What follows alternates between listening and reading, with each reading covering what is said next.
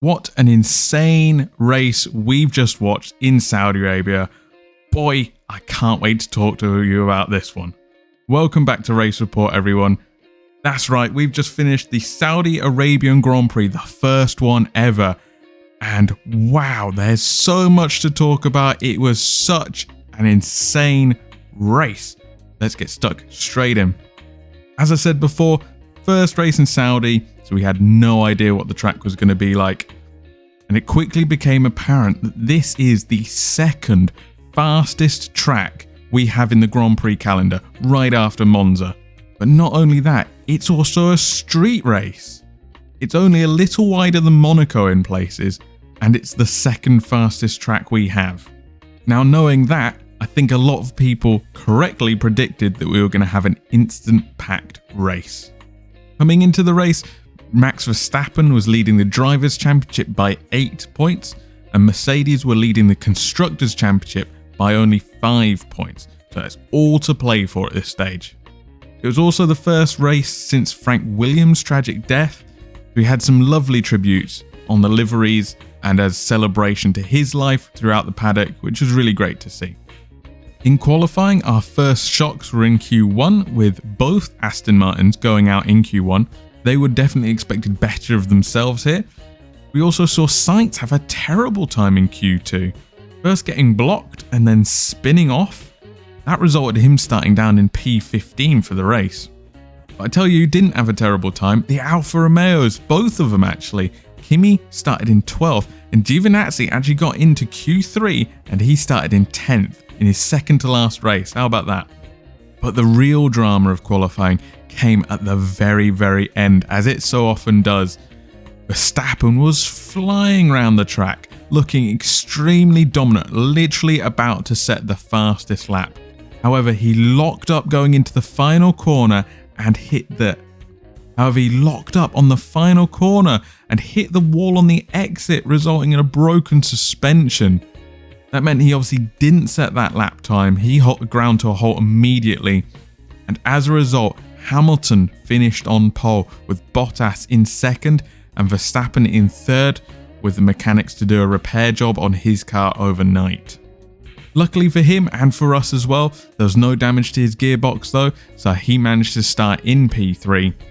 And of course, the mechanics, being amazing at their jobs, managed to get his car nice and repaired, ready for the start of the race.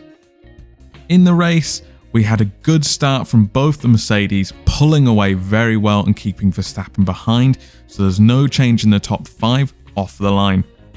Our big movers were actually Gasly and Tsunoda, but they were sliding backwards. Ocon and Alonso were the ones looking racy going forwards, and both McLarens also made up places too, so there's good fighting at the start. Over the first 10 laps, Sainz was also one to watch. Obviously, he started in P15. You could say he's a bit out of place, so he's making good, consistent moves throughout the field. However, the incident started on lap 10 of the Grand Prix with Schumacher hitting the barrier. This triggered a safety car, and obviously the pit stops that come with a safety car. Both Hamilton and Bottas came in for Mercedes. Verstappen, obviously he sat behind them, he might as well do something different, so he stayed out and took first place. Hamilton and Bottas slid in second and third behind him. Red Bull did pit Perez, but he actually came out in 8th, so I'm not sure what their thinking was there. After all that with the pit stops, everybody's behind the safety car, and then the race is red flagged after 4 laps behind the safety car. This is huge, as it allows Verstappen to come in and change his tyres for free whilst maintaining first place. That gives Red Bull the advantage. They're now on the front foot. Once the barriers are repaired and Schumacher's car is out of the way, we get to a standing start again. However, it's a very messy restart, which ends up in a huge crash, lots of touching, and another red flag. I'll try and break it down as best I can instant by instant for you. The first thing to talk about is Hamilton jumping Verstappen off the start. However, Verstappen retakes the lead off the track and touches Hamilton in doing so. In that melee, Ocon also got past Hamilton, so then it's Verstappen, Ocon, Hamilton in the lineup. Behind them, Bottas also locked up to avoid going into the back of Verstappen. That allowed Ricciardo past him and into 4th. And even further behind them, there's kind of two incidents that are not directly related, but kind of related. So one was Leclerc touching Perez and spinning him around in the middle of the track. George Russell, seeing that happen, slows down, but Mazepin goes into the back of Russell. That was a big one for Mazepin. Hopefully he's okay. This results in Perez, Mazepin and Russell all going out.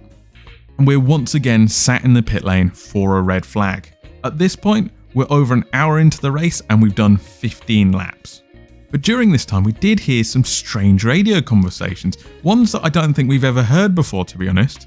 We heard Michael Massey offering Red Bull a deal to drop Verstappen behind Hamilton. And he says, if you don't take this, I'll refer it to the stewards. That's really interesting, because surely the stewards would just rule that Verstappen should do that anyway. So why is Michael Massey offering Red Bull this deal? Very strange, very confusing. Not sure why it happened, but it did, and it was actually quite interesting to hear. Red Bull accepted that deal, but it wasn't as simple as dropping back just one place, because of course now Ocon was there. So the deal was Verstappen drops behind Hamilton, but that promotes Ocon to P1. So Ocon is P1, Hamilton P2, Verstappen P3 for the restart. As a result, Verstappen switches to medium tyres for this stint as well. Hamilton stays on his hard tyres, which he's been running since his pit stop. Once all the cars are cleared up, all the barriers are checked, everything like that, we get going again with another standing restart.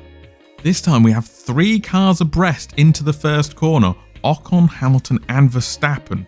Ocon and Hamilton touch, Verstappen jumps Hamilton at the first corner and then jumps Ocon at the second corner. So Verstappen's gone from third to first in the space of 2 corners. Very aggressive but very clean moves. Hamilton takes about a lap to get past Ocon, but then it's a straight fight at the front once again between our 2 title rivals. Then on lap 24 we have another interruption with a virtual safety car as Tsunoda tags Vettel, breaking Tsunoda's front wing off. That needs cleaning up. Tsunoda also gets a 5-second penalty for his troubles. Then we have another coming together shortly after between Vettel and Kimi, badly damaging both their cars and causing multiple virtual safety cars to clean up the debris again. I think Alonso was the most vocal on the radio saying like, hey, you got to clean this up, guys. I mean, we're running over it. You've got to clean it up. And all of this is creating a very stop-starty race at the moment. When we are racing, it's thrilling with Hamilton chasing down Verstappen almost within that 1 second gap so DRS can open. But then we get another virtual safety car and it's all like boring again. And we have to wait to get going. At one point we do get sustained pressure from Hamilton where he tries an overtake round the outside of turn 1 on Verstappen, but they touch again, both of them running off track this time. This is where the big incident comes into play, or one of the big incidents of this race. As a result of running off track, Verstappen is told to give the place to Hamilton. However, Hamilton hasn't been relayed the same message. So Verstappen slows down on the straight and Hamilton goes straight into the back of him. Hamilton comes away with a lot of wing damage, but Verstappen looks fairly okay actually. A lot of questions came out of that incident actually, like why were Mercedes not given enough time to relay the message to Hamilton? Was Verstappen moving as he was trying to let Hamilton by? And one thing Hamilton protests is Verstappen brake checked him, but all of these are going to be investigated after the race, so hopefully we should hear something down the line at some point, before the next race for sure. Hamilton continues with his damaged wing and he's still setting searing pace, so he's probably lost quite a bit of downforce, but he's still going for it, he's still pushing. And once again Verstappen is told he needs to give the place back to Hamilton, so he does it very strategically, very smartly. He gives the place back, gets DRS and immediately overtakes him. Verstappen stays in first essentially. Then not long after that, Verstappen's given a 5-second penalty for leaving the track and gaining an advantage. Now I'm personally not sure where that penalty comes from. There's been so many instances in this race that I couldn't link it to a single thing.